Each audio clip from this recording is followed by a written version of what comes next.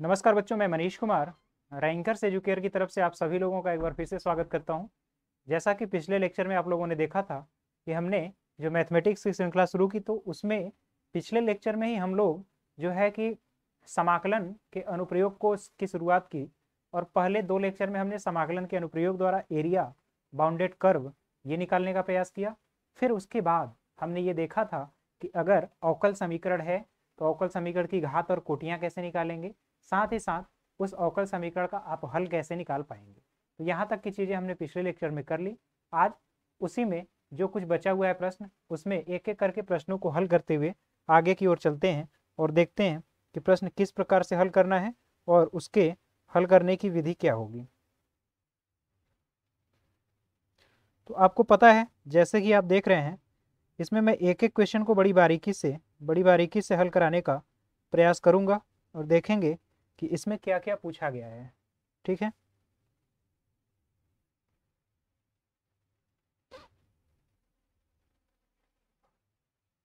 देखिए, पहला जो इक्वेशन ए ई के पावर 3x है और बी ए ई के पावर 3x और बी, पहले हम लोग इसको देख लेते हैं।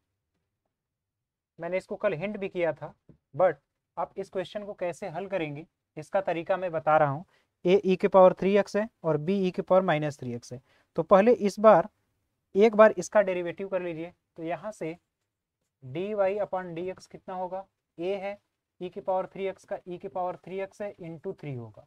फिर -2b ई के पावर -2x, इस तरीके से आपको देखने को मिलेगा।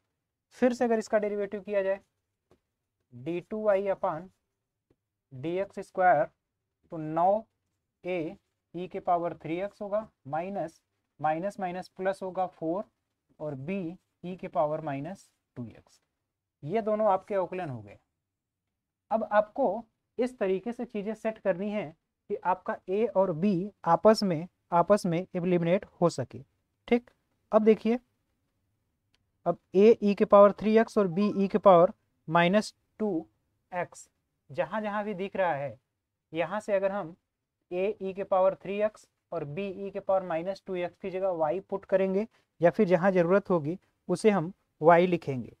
अब देखिए, मैं इसको इस तरीके से भी लिख सकता हूँ कि d y upon d x बराबर 3 है, तो मैं इसको 3 ए ई के पावर एक्स, 3a ई के पावर 3x इस तरीके से लिख दिया हूँ। और फिर प्लस प्लस 3 और b ई के पावर -2x और फिर -5b ई के पावर -2x, इस तरीके से हमने लिख दिया।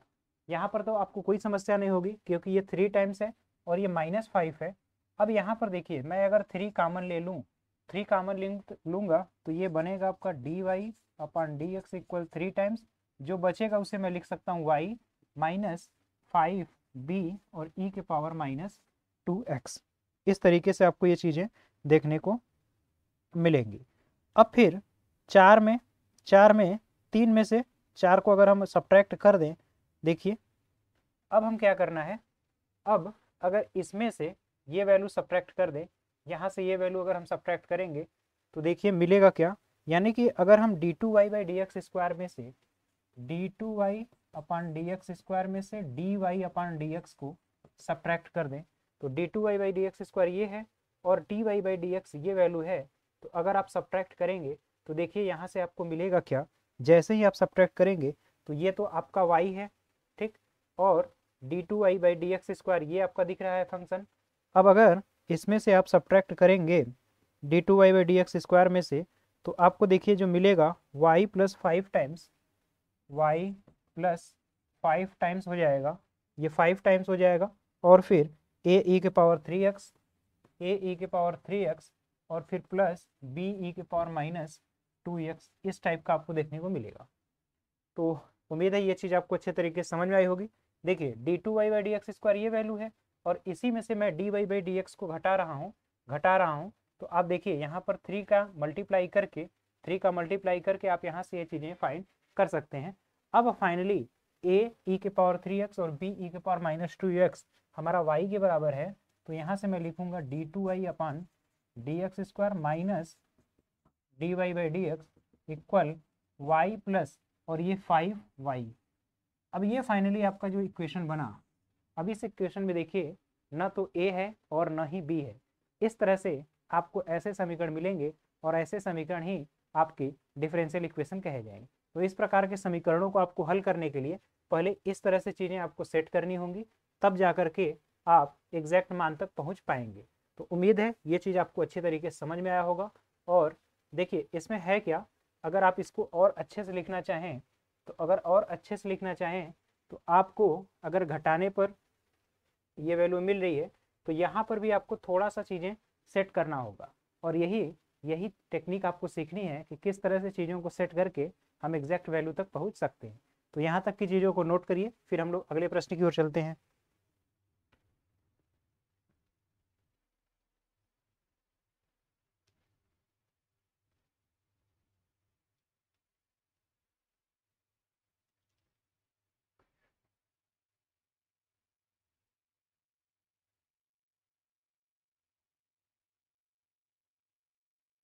यहाँ डबल डिफ्रेंसिएशन में ये प्लस हो जाएगा टर्म, ये टर्म आपका प्लस होगा तभी एग्जैक्ट आ पाएगा। तो इसको आप मैच करा दीजिएगा। अब देखिए इसी की जगह आप करना क्या है कि 5 टाइम्स ले लीजिएगा, 5 टाइम्स इसको लिखेंगे, 4 टाइम्स इसको, तो ये आपका हो जाएगा 5y, आपका होगा क्या 5y, और फिर जो 4y कर लेंगे क्योंकि 4 टाइम्स ये है, तो यहाँ पर a e के पावर 3x, डबल डिफ्रेंसिएशन आपको करना है तो 9a e के पावर 3x और फिर प्लस 4b e के पावर इतना है। अब यहाँ पर मैं 4 यहाँ पे है, 4 यहाँ बना करके कॉमन ले लूँगा, तो यहाँ पर बनेगा 4y plus 5 times a e के पावर 3x। अब आप चीज़ें करेंगे, 4y में से 3y घटाएंगे तो आपको y मिलेगा, और यहाँ से 5 और ये 5 टाइम्स आपका दोनों ऐड हो जाएगा और ये 5 कॉमन मिल गया है जो मैंने ले लिया। अब यहाँ से आप चीज़ें आसानी से कर सकते हैं। आइए अगले प्रश्न की ओर चलते हैं। अब देखिए इसका जो दूसरा पार्ट है इसमें आपको क्या ध्यान रखना है ये समझिएगा। दिया क्या है कि वाई स्क्वायर, वाई बराबर ई के पावर 2x है, ई के पावर 2x है, और ए प्लस बी एक्स है। तो यहाँ पर भी आप पहले क्या करिए, d Y by D x करिए। यहाँ पर भी आप d y upon d x करेंगे तो e के पावर 2x का e के पावर 2x होगा, और a प्लस बी एक्स मैंने वैसे ही लिख दिया, प्लस e के पावर 2x, और फिर यहाँ पर केवल और केवल आपको b दिखेगा। ठीक, तो यहाँ तक की चीज़ें आपको समझ में आ गई हैं, एक बार आपने अवकलन कर लिया है। अब अगर e के पावर 2x को मैं कॉमन ले लूँ तो यहाँ पर e के पावर 2x और बचेगा कितना, a प्लस बी एक्स और प्लस b, ये आपका d Y by D x होगा। तो उम्मीद है यहाँ तक तो कोई भी समस्या नहीं होगा, यहाँ तक तो कोई समस्या नहीं है। अब आपको क्या करना है कि d Y by D x की मैंने वैल्यू निकाल ली है। अब आपको e के पावर 2x को मैंने कॉमन भी ले लिया है, e के पावर मैंने 2x को कॉमन ले लिया है। अब देखिए, अब मैं यहाँ पर फिर से चीज़ों को थोड़ा सा सेट करूँगा इस अकॉर्डिंग, तो इसको मैं लिख सकता हूँ d Y by D x बराबर ई के पावर 2x। अब देखिए यहाँ a plus b x plus b है, यानी a प्लस बी एक्स को मैं लिख कितना सकता हूँ, a प्लस बी एक्स को y अपान ई के पावर 2x। तो a और b जो है ये बी एक्स मैं वैसे ही लिख लेता हूँ, प्लस y अपान ई के पावर 2x हो जाएगा। किसकी जगह, आपका a प्लस बी की जगह। यहाँ से आप देखेंगे अगर, तो यहाँ से आपको मिलेगा a प्लस बी एक्स बराबर y अपान ई के पावर 2x। ठीक, तो यहाँ तक तो आपको कोई समस्या नहीं होगी। अब देखिए इस समीकरण में अगर आप ध्यान से देखें तो इसमें आपको a गायब होता हुआ दिख रहा है, केवल a का पद गायब हो गया और बचा कितना है अब b का। तो b के टर्म को हमें यहाँ से एलिमिनेट करना है। तो इसके लिए मैं क्या करूँगा, अब यहाँ से अगर इसका मल्टीप्लाई कर लेंगे, अगर इसका मल्टीप्लाई कर लेते हैं तो बचेगा क्या, d Y upon D x बराबर ई के पावर 2x और फिर बी एक्स का गुणा है इंटू बी एक्स, और फिर प्लस ये कैंसिल होगा तो केवल और केवल आपको y देखने को मिलेगा। तो b e के पावर, यहाँ पर केवल a प्लस बी एक्स चल गया तो b बचेगा, तो ये नहीं रहेगा, केवल और केवल b बचेगा, तो केवल और केवल b रहेगा। तो ये टर्म आपको पहले दिखता हुआ मिल रहा है। अब आपको करना क्या है कि इस पद के बाद अब आपको फिर से इसका अवकलन करना है। तो जब इसका फिर से अवकलन करेंगे तो आपको मिलेगा d2y अपान dx², और e के पावर b तो पहले से है, e के पावर 2x का e के पावर 2x होगा और इंटू 2 होगा, और फिर प्लस dy अपान dx होगा। ठीक, यहाँ तक तो कोई समस्या नहीं है। अब आपको करना क्या है, अब यहीं पर 2 व 3 से देखेंगे तो d2y/dx² को मैं यहाँ पर अब सेट कर रहा हूँ कि d2y अपान जो dx² है, d2y/dx² को मैं लिखूंगा कितना, 2 टाइम्स, मैं यहाँ कॉमन ले रहा हूँ तो ये बनेगा क्या, 2 times of dy/dx, dy upon dx, और माइनस माइनस आपका 2y होगा, माइनस टाइम्स आपका 2y देखने को मिलेगा।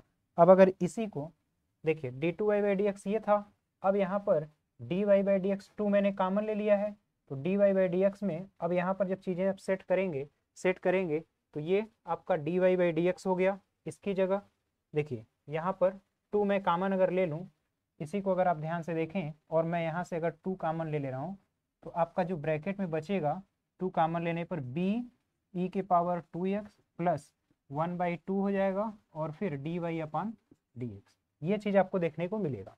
अब क्या करना है, y प्लस बी ई के पावर 2x, बी ई के पावर 2x ये चीज़ है। अब यहाँ पर बी ई के पावर 2x को देखेंगे तो यहाँ से आपको माइनस माइनस टाइम्स आपको ये फैक्टर मिल जाएगा, तो ये फाइनली आपका रिजल्ट होगा। यहाँ तक की चीज़ें नोट कर लीजिए, फिर हम लोग अगले प्रश्न की ओर चलते हैं और देखते हैं कि अगला प्रश्न किस प्रकार से करना है और उसमें किन बातों का ध्यान रखना है।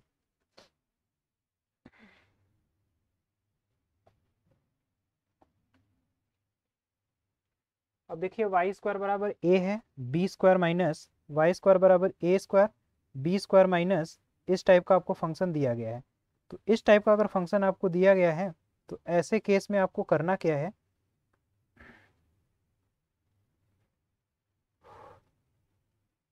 a का sin x है और b sin nx है, ये दोनों फॉर्म आपको ध्यान से करने हैं। y² बराबर a²,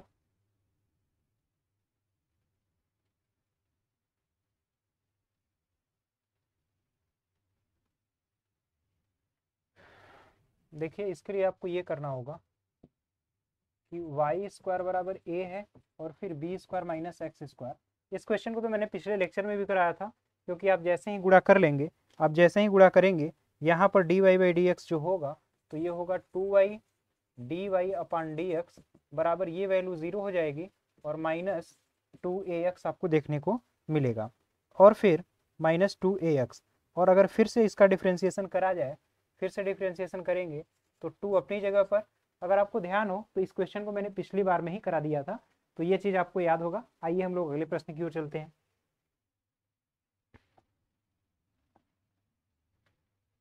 अब देखिए कहा गया उन सभी दीर्घवृत्तों के कुल को निरूपित करने वाला अवकल समीकरण याद कीजिए जिनकी नाभियां x अक्ष पर तथा जिनका केंद्र केंद्र जो है मूल बिंदु पर होना चाहिए। आपको ऐसे परवलय के ऐसे दीर्घवृत्त के समीकरण को आपको ध्यान में करके निकालना है। तो मान लेते हैं कि वो जो अवकल मान लेते हैं वो दीर्घवृत्त जो है x² अपान a² प्लस y² अपान b² इक्वल 1 है। ये आपका क्या हो गया, ये आपका दीर्घवृत्त हो गया। अब इस समीकरण को अगर x के सापेक्ष अवकलन करेंगे तो 2x/a² होगा, 2x/a², फिर प्लस 2y होगा, 2y अपान b², और फिर dy/dx इक्वल 0 होगा। अब अगर यहाँ से हम dy अपान dx निकालें, dy अपान dx करेंगे तो ये माइनस 2 तो कैंसिल होगा, माइनस x अपान a² इंटू b² अपान x होगा। यानी कि अगर हम dy अपान dx करें तो यहाँ से x और x कैंसिल होगा तो माइनस b² अपान a², ये चीज़ देखने को मिलेगा। तो ये तो आपका प्रथम अवकलन था, फर्स्ट डिफरेंशिएशन था। यहाँ तक तो कोई दिक्कत नहीं होगा, इसको आप अच्छे से देख लीजिएगा। और फिर अब यहाँ से आप dy/dx निकाल लिए हैं। अब क्या करना है आपको, अब इसका x के सापेक्ष फिर से अवकलन करेंगे। dy/dx अगर आप फिर से करते हैं तब देखिए आपको मिलेगा कितना, यहाँ पर y भी है, इस चीज़ का ध्यान रखिएगा, इस चीज़ का अगर ध्यान रखिएगा तो ये x केवल नहीं आएगा, अगर यहाँ से dy बाई डी एक्स करेंगे आप तो देखिए मिलेगा कितना, x अपान ए स्क्वायर और फिर प्लस y अपान बी स्क्वायर और फिर dy by D x equal 0। ये आपका पहला समीकरण हुआ। अब इस पहले समीकरण को फिर से अगर हम डिफ्रेंशिएट करें तो 1 अपान ए स्क्वायर होगा और फिर प्लस मैं यहाँ 1 अपान बी स्क्वायर लिख दे रहा हूँ। अब देखिए यहाँ पर दो फंक्शन है, y है और dy बाई डी एक्स है। बाई पार्ट जब करेंगे तो यहाँ पर एक तो हो जाएगा dy बाई डी एक्स का होल स्क्वायर हो जाएगा, फिर प्लस y है और फिर d2y अपान डी एक्स स्क्वायर इस तरीके से बनेगा। ठीक, इसका डबल डिफ्रेंसिएशन हो गया और इसके इक्वल में आपको जीरो देखने को मिलेगा। तो ये आपका x का डबल डिफ्रेंसिएशन हो गया। अब अगर इसको आप अच्छे से सॉल्व करेंगे तो ये आपको मिलेगा 1 अपान, आपको दिख ही रहा है 1 अपान बी स्क्वायर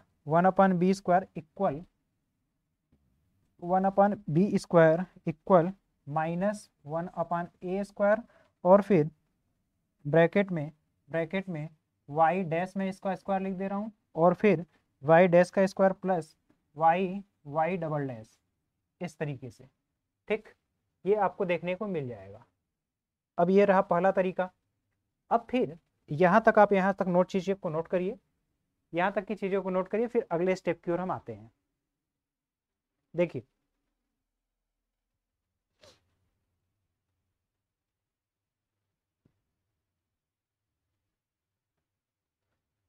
अब यहाँ से 1 बाई बी स्क्वायर की ये वैल्यू उठा करके अगर हम यहाँ करेंगे तो 1 बाई बी स्क्वायर एलिमिनेट हो जाएगा और मैं उसको यहाँ से हटा करके इस चीज़ को लिख देता हूँ डायरेक्ट यहीं पर। तो जैसे ही आप हटा करके लिखेंगे तो देखिए यहाँ पर बचेगा कितना, यक्स और फिर ब्रैकेट में minus times y dash square plus y dash और अपान में ए स्क्वायर होगा और फिर प्लस के बाद Y dash upon a square और इसके इक्वल में आपको 0 देखने को मिलेगा। अब फिर क्या करना है आपको, यहाँ से अब जैसे ही इसको फिर सिंप्लीफाई करेंगे, अब यहाँ ए स्क्वायर कॉमन लेकर के आप अंदर कर लेंगे, बाहर हो जाएगा। इसका मल्टीप्लाई करेंगे तो minus x y dash square और फिर plus x y dash plus y dash equal 0 होगा। और फाइनली अगर आप यहाँ से देखें, देखेंगे तो वाई डैश का स्क्वायर है, यानी आपको ये मिलेगा minus X D Y upon D X का whole square plus X Y D Y upon D x और फिर प्लस वाई है और फिर D Y by D x है।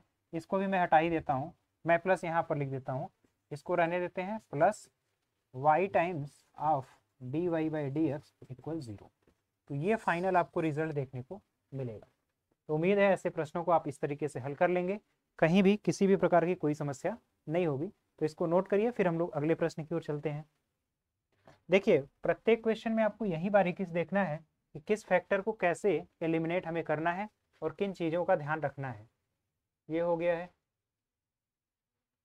अब देखिए ए और बी के समस्त मान के लिए ये कहा गया है अवकल समीकरण ज्ञात करने के लिए। ये वाला तो क्वेश्चन मैंने साथ खुद कराया हुआ है।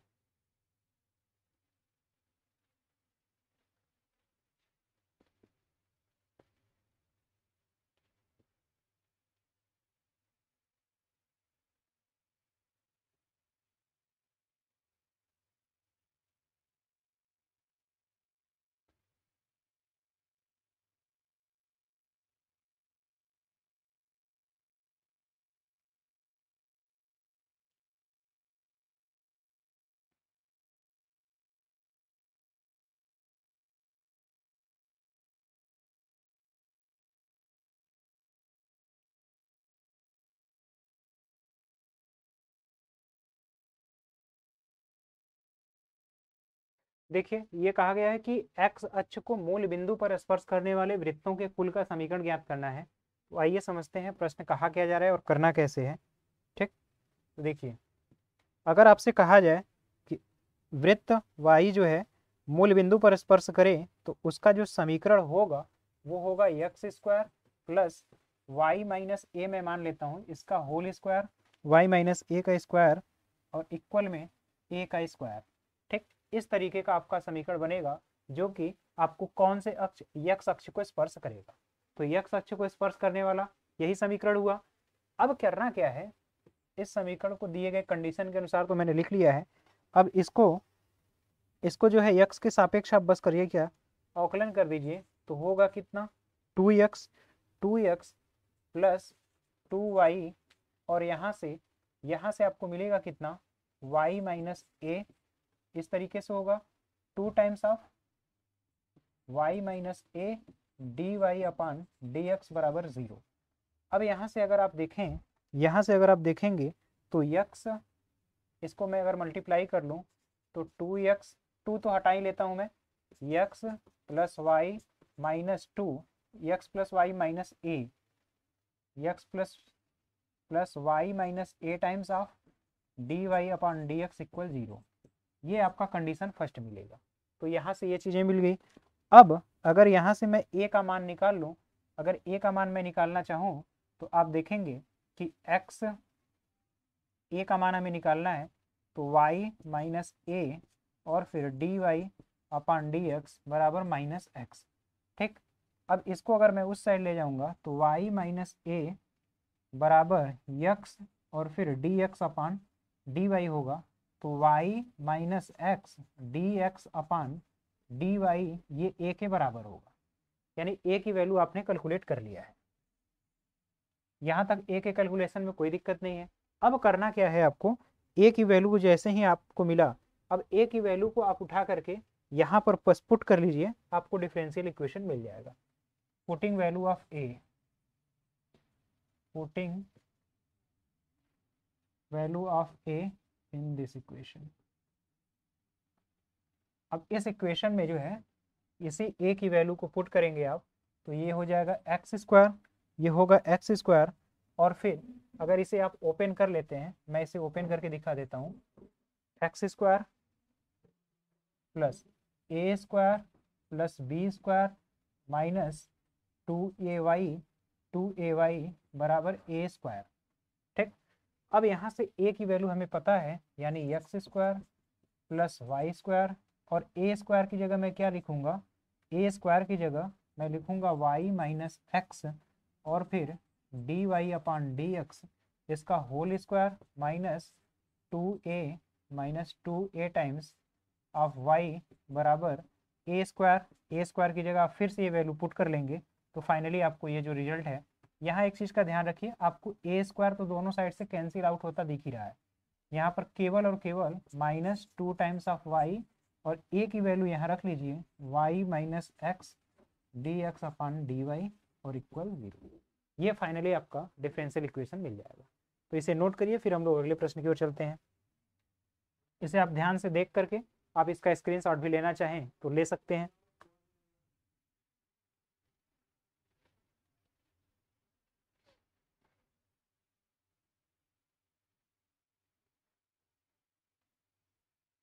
देखिए इसी तरीके का एक परवलय का भी क्वेश्चन था, शायद देख लेते हैं इसमें हो।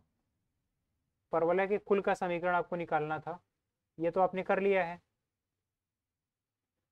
ऐसे वृत्तों का समीकरण भी निकालना है, देखिए ये केस है। अब देखिए परवलय का केस तो अभी दिख नहीं रहा है मेरे को।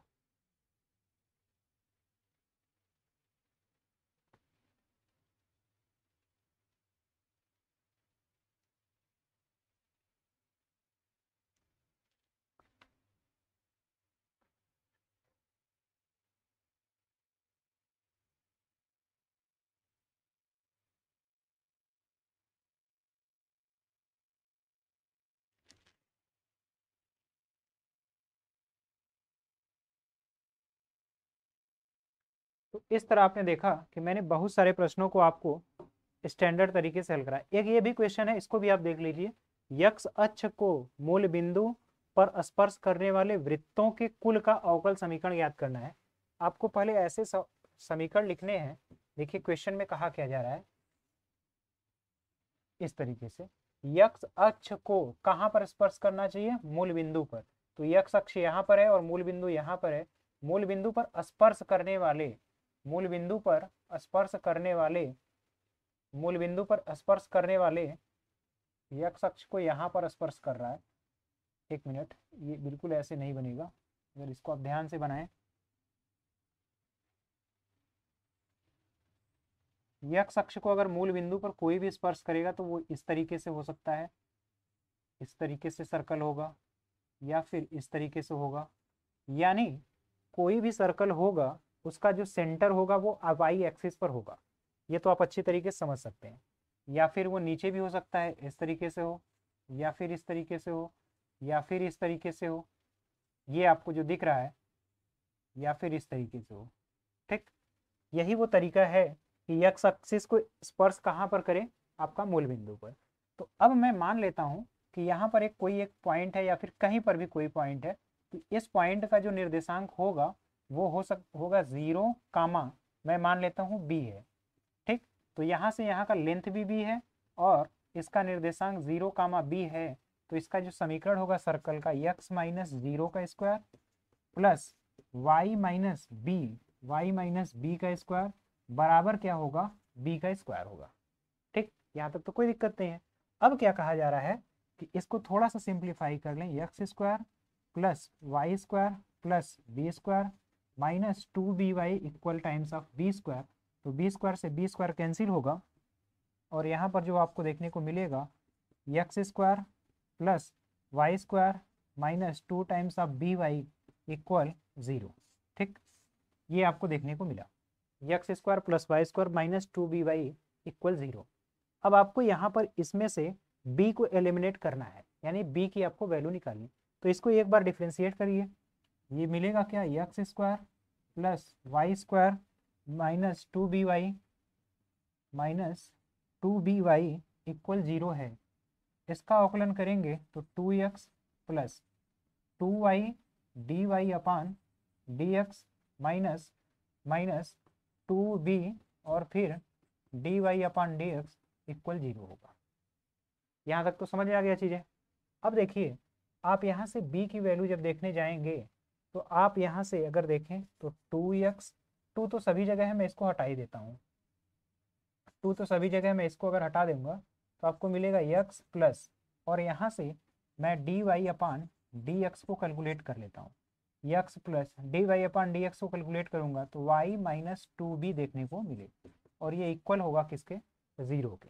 ठीक, अब यहाँ आपको b की वैल्यू निकालनी है, सॉरी, तो आप b को एक साइड करेंगे, पहले b को एक साइड करेंगे तो 2x plus 2y dy upon dx equal minus, sorry उधर जाएगा तो प्लस 2b और फिर dy अपान dx होगा।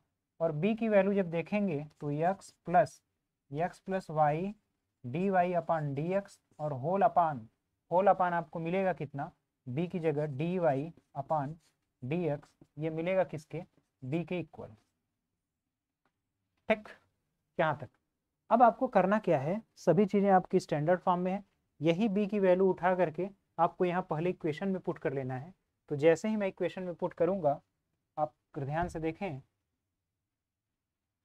जैसे ही मैं इक्वेशन में पुट करूँगा तो आपको देखने को क्या मिलेगा, x square plus y square minus 2 times of y और इसके बाद b है। तो b की जगह आप देखें तो x प्लस वाई है और फिर dy अपान dx है और फिर होल अपान आपको dy by dy upon dx देखने को मिलेगा इस तरीके से। ठीक, यही आपका ये फाइनल डिफरेंशियल इक्वेशन है। अब देखिए, इसमें जो आपका पैरामीटर है, जो आपका पैरामीटर b था वो एलिमिनेट हो चुका है। तो यहाँ तक की चीज़ों को नोट करिए, फिर हम लोग अगले प्रश्न की ओर चलते हैं। e के पावर ax है, a cos bx है और फिर b sin bx है।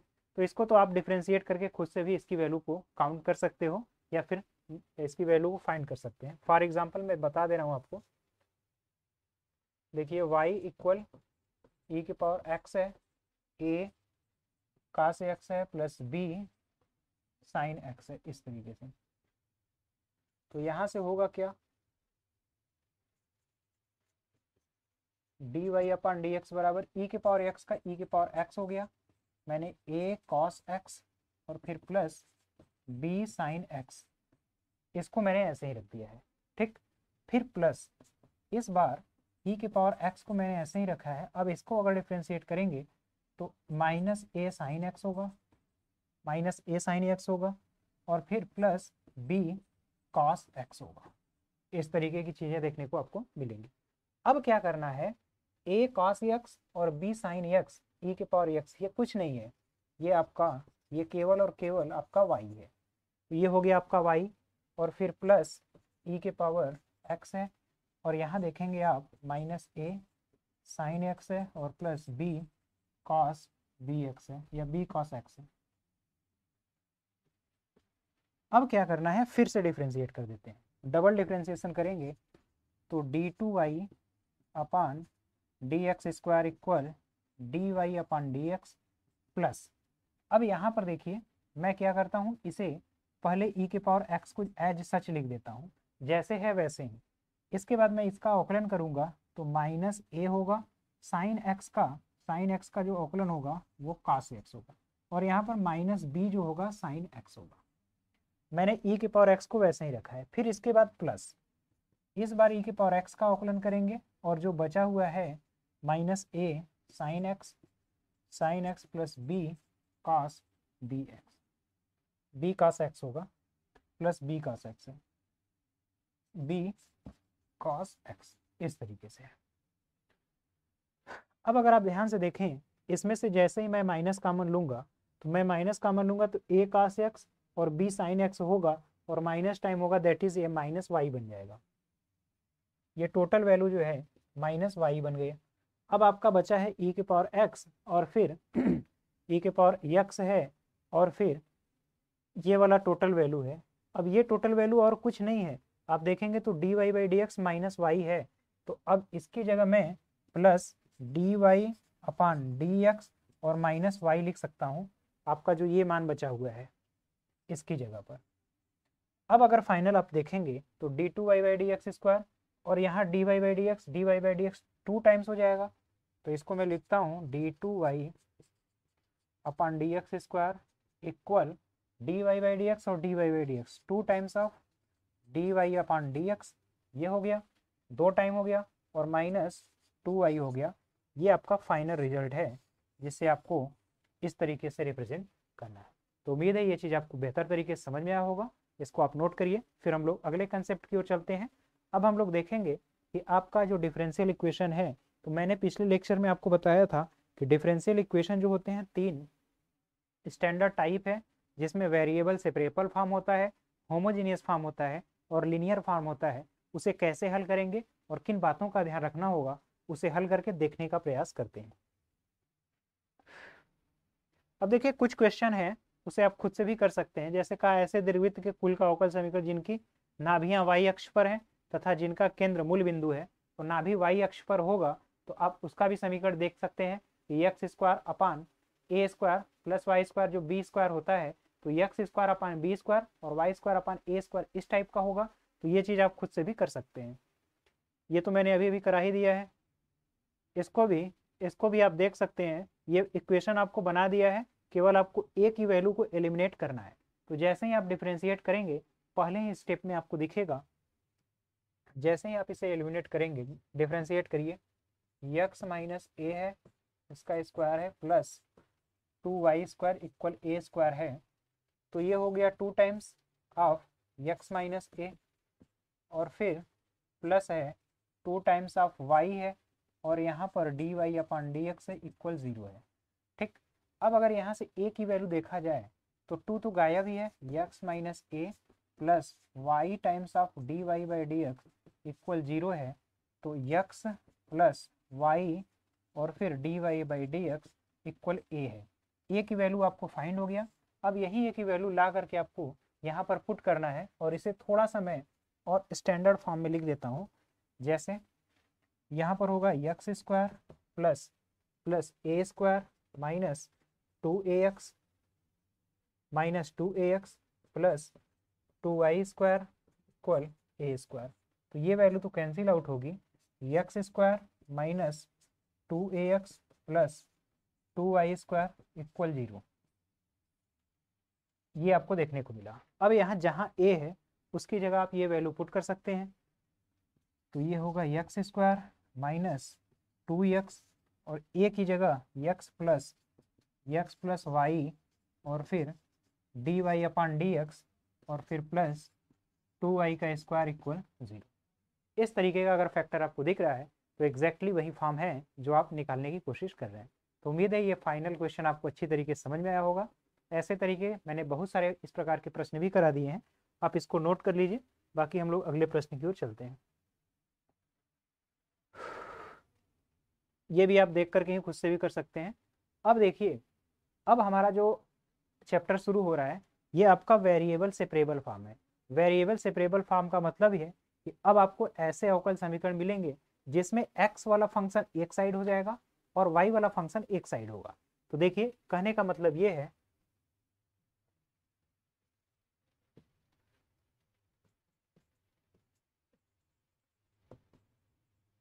वेरिएबल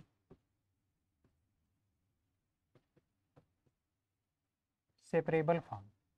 तो वेरिएबल को अगर अलग अलग करना है, यानी अगर dy upon dx equal fx type का फंक्शन है, तो अब क्या करेंगे, यहाँ से dy इक्वल, यहाँ से आप लिख सकते हैं fx और फिर dx। ठीक, अब इसके बाद क्या करेंगे, आप दोनों साइड इंटीग्रेट कर लेंगे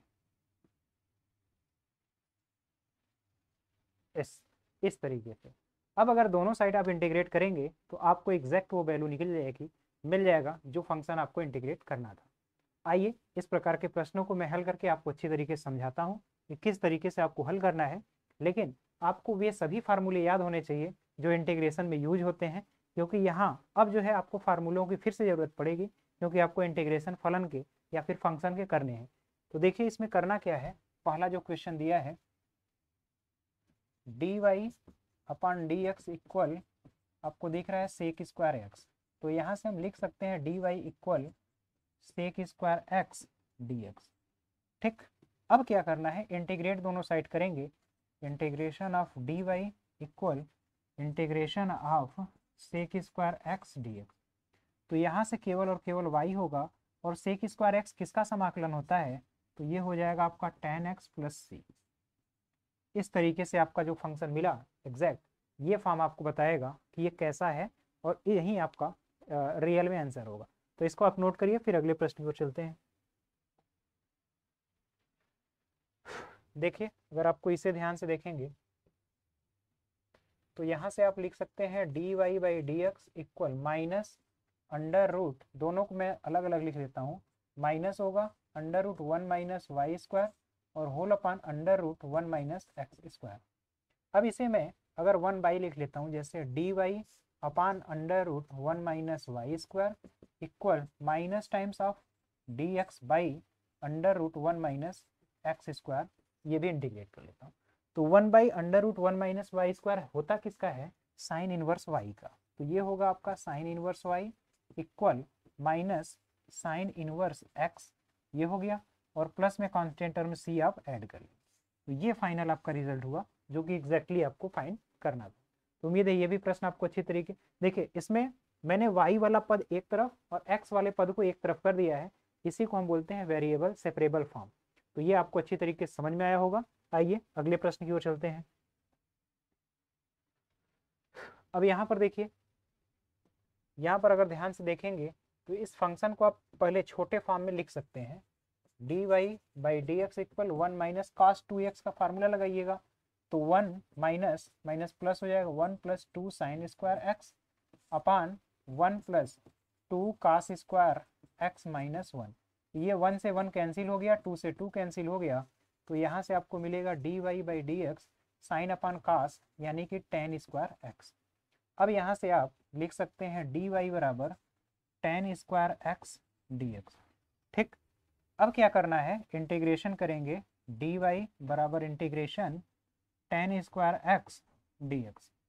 ठीक, अब देखिए यहाँ पर तो आराम से इंटीग्रेशन हो जाएगा, इसे 1 प्लस टेन स्क्वायर एक्स बराबर सेक स्क्वायर एक्स से आप ब्रेक करेंगे तो टेन स्क्वायर एक्स बराबर सेक स्क्वायर एक्स माइनस 1 होगा। ठीक, तो ये y हुआ बराबर इंटीग्रेशन टेन स्क्वायर एक्स की जगह sec square x minus 1 times of dx होगा। उम्मीद है ये चीज आपको अच्छी तरीके से समझ में आएगा। अब फाइनली आपको क्या कर लेना है, y equal sec square x का इंटीग्रेशन ये है आपका टेन एक्स और फिर माइनस एक्स होगा और प्लस कांस्टेंट टर्म c होगा। तो ये फाइनल आपको रिजल्ट देखने को मिलेगा। तो उम्मीद है ये चीज़ आपको अच्छी तरीके से बेहतर तरीके से समझ में आई होगी। इसको नोट कर लीजिए, फिर हम लोग आगे की ओर चलते हैं। देखिए यहाँ पर भी आपका वेरिएबल अलग अलग हो ही जा रहा है। अगर मैं इसको लिखूं dy बराबर sec square x plus 3x square times of dx, अब दोनों साइड इंटीग्रेशन में कर लेता हूँ। इंटीग्रेशन होगा सेक स्क्वायर एक्स dx होगा plus 3 times of integration x square of dx होगा। अब ये केवल और केवल y हुआ। सेक स्क्वायर एक्स होता किसका है, टेन एक्स का, और प्लस 3 एक्स क्यूब अपान 3 होगा और प्लस कांस्टेंट टर्म c होगा। तो फाइनली आपका मिलेगा y equal tan x plus 3 से 3 कैंसिल हुआ, एक्स क्यूब हुआ और प्लस कांस्टेंट टर्म c। तो ये चीज़ आपको देखने को मिलेगी। तो उम्मीद है ये चीज़ आपको अच्छे तरीके से बेहतर तरीके से समझ में आया होगा। इनको नोट कर लीजिए, फिर हम लोग आगे की ओर चलते हैं। अब देखिए अगर इस प्रश्न को भी 1 प्लस एक्स स्क्वायर और फिर D Y upon D x equal x है, मैं इसके बटे में लिख लेता हूँ d y equal equal x upon 1 plus x square times of d x. तो इधर समाकलन करेंगे तो y हो जाएगा, और यहाँ पर मैं 2 से डिवाइड, 2 से मल्टीप्लाई और 2 से डिवाइड कर लेता हूँ तो 1/2 होगा, और इसका अवकलन ये है तो ये हो जाएगा सीधे log 1 प्लस एक्स स्क्वायर और प्लस में कांस्टेंट टर्म c। तो उम्मीद है ये चीज़ आपको अच्छी तरीके से समझ में आया होगा। तो इसको आप नोट कर लीजिए, फिर हम लोग अगले प्रश्न की ओर चलते हैं।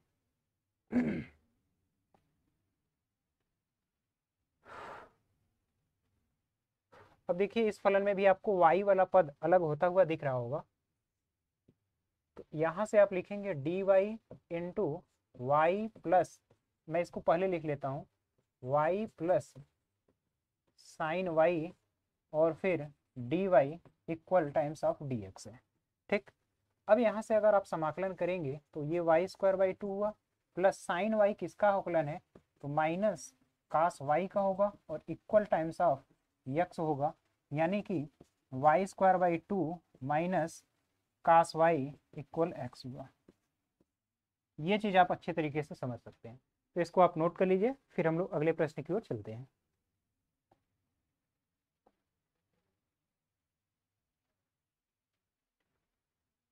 अब यहाँ पर भी देखेंगे अगर आप तो जो फंक्शन है वो कैसे कैसे आपको दिख रहे हैं। यहाँ पर सेक स्क्वायर एक्स है, टेन वाई है, डी एक्स है, और इस साइड आपको दिख रहा है। तो पहले मैं लिख लेता हूँ sec square x tan y और ये डी एक्स है, और इसके इस साइड में लिखता हूँ माइनस है सेक स्क्वायर वाई है टेन एक्स है और फिर ये आपका रहा डी वाई। यहाँ तक तो कोई दिक्कत नहीं है।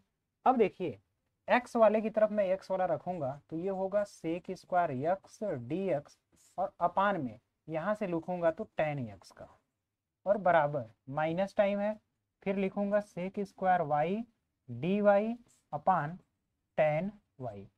अब देखिए टेन एक्स का अवकलन होता है सेक स्क्वायर एक्स, तो अगर अब मैं दोनों तरफ समाकलन करूंगा तो ये आपको मिलेगा log टेन एक्स और फिर equal minus times of log tan y और प्लस में कांस्टेंट टर्म c। इसे अब इस साइड लाएंगे अगर तो log टेन एक्स और प्लस में log टेन वाई और प्लस में कांस्टेंट टर्म c इक्वल 0।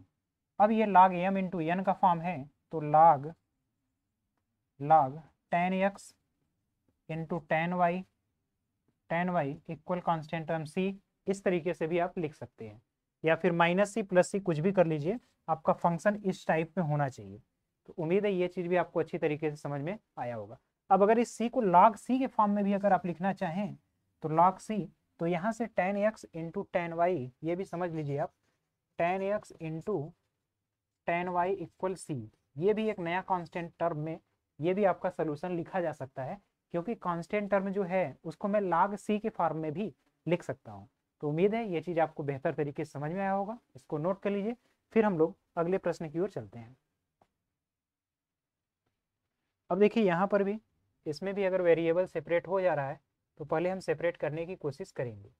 ये शायद यहाँ पर मुझे समझ में आ रहा है कि शायद यहाँ पर इक्वल होना चाहिए। बहरहाल मैं देखता हूँ, d y upon d x है, इक्वल है, ये y था और फिर x प्लस वन है और फिर इसके बाद नीचे x लगा लेते हैं और फिर यहाँ पर y प्लस वन होगा। ठीक, अब आपको कुछ ना कुछ हिंट मिल रहा होगा कि वेरिएबल हमारे अलग हो सकते हैं। तो मैं यहाँ से डी वाई लिख लेता हूँ और y वाले फंक्शन को y की तरफ लिखूंगा, तो ये y प्लस वन हुआ और अपान में y कर लेता हूँ। इसके इक्वल में x प्लस वन करता हूँ और अपान में x कर लेता हूँ। ठीक, अपान में x यहीं, x प्लस वन यहाँ पर और फिर dx। अब आपको दिख रहा है, इसे मैं अगर अलग अलग कर लूँ तो ये होगा one plus one by y और ये बनेगा d y equal one plus one upon x होगा और ये टर्म आपको डी एक्स देखने को मिलेगा। ठीक, अब क्या करना है, इसका जब हम समाकलन करेंगे दोनों पक्षों में समाकलन करेंगे तो यहाँ से हमको जो चीज़ मिलेगा, ये पहले मिलेगा y और प्लस वन बाई वाई का जो होगा आप समाकलन करेंगे तो log y होगा और इक्वल होगा ये आपका फिर x हो जाएगा और फिर प्लस log x होगा और कांस्टेंट टर्म आपको c देखने को मिलेगा। ये आपका एक्सटेंडर फॉर्म में सोल्यूशन हो गया। इसे आप दूसरे फॉर्म में भी नोट कर सकते हैं या फिर लिख सकते हैं, यहाँ तक आपको कोई समस्या नहीं होगी। इसको नोट करिए, फिर हम लोग अगले प्रश्न की ओर चलते हैं। देखिए इस चैप्टर में आपको जितने भी इस टाइप के फंक्शन हैं जिसमें वेरिएबल अलग अलग हो जा रहे हैं, आपको कहीं पर भी कोई समस्या नहीं होना चाहिए। देखिए अगर इस प्रश्न को अगर आप हल करना चाहें तो मैं इसको पहले एक साइड कर लेता हूँ, तो यहाँ एक्स स्क्वायर हो गया और फिर वन माइनस वाई है और फिर D y upon d x है, इक्वल में होगा minus Y square one plus x है ये रहा। अब ये आपको d Y by D x मिला, डी वाई मैं इधर ही रहने देता हूँ, x square one minus y होगा और फिर डी वाई होगा बराबर इस माइनस वाई स्क्वायर और फिर वन प्लस एक्स है और फिर डी एक्स है। ठीक, अब क्या करना है, वन माइनस वाई अपान में माइनस वाई स्क्वायर। ठीक, इस तरीके से डी वाई कर लूँगा और बराबर क्या होगा, वन प्लस एक्स है और अपान में एक्स स्क्वायर है और ये रहा आपका डी एक्स। ठीक, यहाँ तक तो कोई दिक्कत नहीं है। अब मैं फिर से इसको सेपरेट कर लूँगा और आप आसानी से इसका इंटीग्रेशन कर सकते हैं, आपको कहीं पर भी कोई समस्या नहीं होगा, क्योंकि देखिए minus one upon y square d Y होगा, फिर प्लस वन अपान वाई होगा डी वाई होगा। आप फिर इंटीग्रेट कर लीजिएगा आराम से, ये इक्वल में आएगा वन अपान एक्स स्क्वायर होगा, वन अपान एक्स स्क्वायर होगा, यहाँ वन अपान वाई स्क्वायर आपको दिख रहा है, ये छूट गया था, one upon X square D x होगा plus one upon X D x होगा। ठीक, तो उम्मीद है यहाँ तक की चीज़ें आपको बेहतर तरीके से समझ में आई होंगी। इसको आप नोट कर लीजिए, फिर हम लोग अगले प्रश्न की ओर चलते हैं और फिर समझने का प्रयास करते हैं।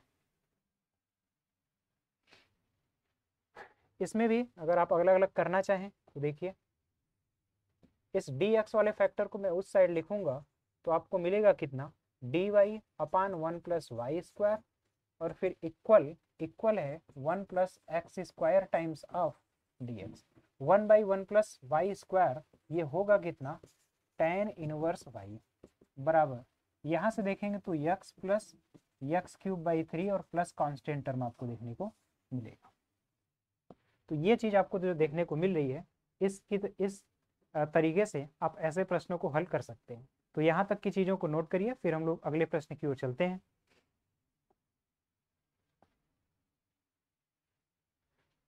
यहाँ पर भी शायद यहाँ पर आप ध्यान से देख लीजिएगा ये इक्वल का सिंबल है या फिर क्या है, यहाँ पर आप चेक कर लीजिएगा एक बार। ये इक्वल है या फिर क्या है। अगर इस तरीके का है, मान लेते हैं यहाँ पर अगर इक्वल है कि dy अपॉन dx बराबर आपको मिल रहा है साइन इनवर्स x है, तो यहाँ से मैं लिख सकता हूँ dy बराबर साइन इनवर्स x होगा और फिर dx होगा इस तरीके से। अब अगर मैं इसको इंटीग्रेट करूँ तो ये dy जो है y बन जाएगा, साइन इनवर्स x को इंटीग्रेट आपको करना है और ये आप इंटीग्रेशन खुद से करेंगे 1 का मल्टीप्लाई करके। अब आपके पास बाई पार्ट जैसा आपने सीखा हुआ है उसी प्रोसेस को अप्लाई करके यहाँ आपको क्वेश्चन हल करना है। तो यहाँ तक की चीज़ों को नोट कर लीजिए, फिर हम लोग अगले प्रश्न को ध्यान से देखने का प्रयास करते हैं।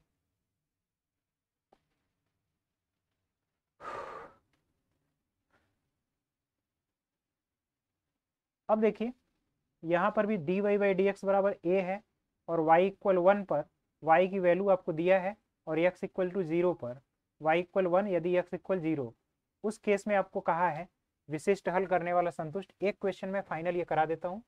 देखिए इसमें कुछ कथन वाले प्रश्न है। कहा जा रहा है कि dy अपॉन डी एक्स बराबर a है और a बिलोंग्स कहाँ करता है, रियल नंबर की ओर, और y बराबर 1 कब, जब x की वैल्यू 0 है तब y की वैल्यू 1 है। तो पहले इसको हम देखते हैं कि यहाँ से लिख सकते हैं dy बराबर a टाइम्स ऑफ dx। अब अगर समाकलन करेंगे तो y बराबर a होगा, x होगा और प्लस में कांस्टेंट टर्म c। कहा जा रहा है कि जब y की जगह आप 1 रखेंगे तो x की जगह 0 हो जाएगा। y की जगह आप 1 रखेंगे तो x की जगह आप 0 हो जाएगा, यानी कि कांस्टेंट की वैल्यू जो आ रही है वो 1 मिल रहा है और यही कांस्टेंट की वैल्यू इस समीकरण में हमें रख लेना है। तो जैसे ही आप रखेंगे आपको जो सोल्यूशन मिलेगा y इक्वल ax और प्लस में 1 मिलेगा इस तरीके से। तो उम्मीद है ये चीज़ आपको अच्छे तरीके से और बेहतर तरीके से समझ में आया होगा, कहीं भी आपको कोई भी कन्फ्यूज़न नहीं होगा। तो इसको आप अच्छे तरीके से नोट कर लीजिए। फिर हम लोग अगले, आज के लिए तो टाइम भी लगभग ऊपर हो चुका है, आपका समय भी लगभग पूरा हो गया है। हम लोग अब नेक्स्ट लेक्चर में इसके आगे जितने भी प्रश्न हैं मैं एक बार पीपीटी में आपको दिखा देता हूँ, आप खुद से भी ट्राई कर सकते हैं और करिएगा भी। और जो क्वेश्चन नहीं आएगा उसे तो हम नेक्स्ट लेक्चर में, जैसे ये है इसको भी चाहें तो आप अलग से क्वेश्चन को हल कर सकते हैं।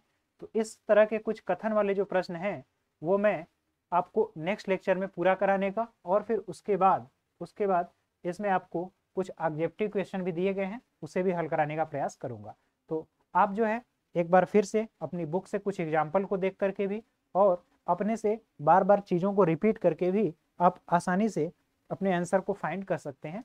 उम्मीद है आप अपने प्रश्नों को फिर से हल करने का अच्छी तरीके से प्रयास करेंगे और कहीं भी कोई समस्या होती है तो आप हमें कमेंट बॉक्स में कमेंट भी कर सकते हैं। तो आपका आज का हमारा साथ देने के लिए बहुत बहुत धन्यवाद। मिलते हैं नेक्स्ट लेक्चर में, तब तक के लिए जय हिंद।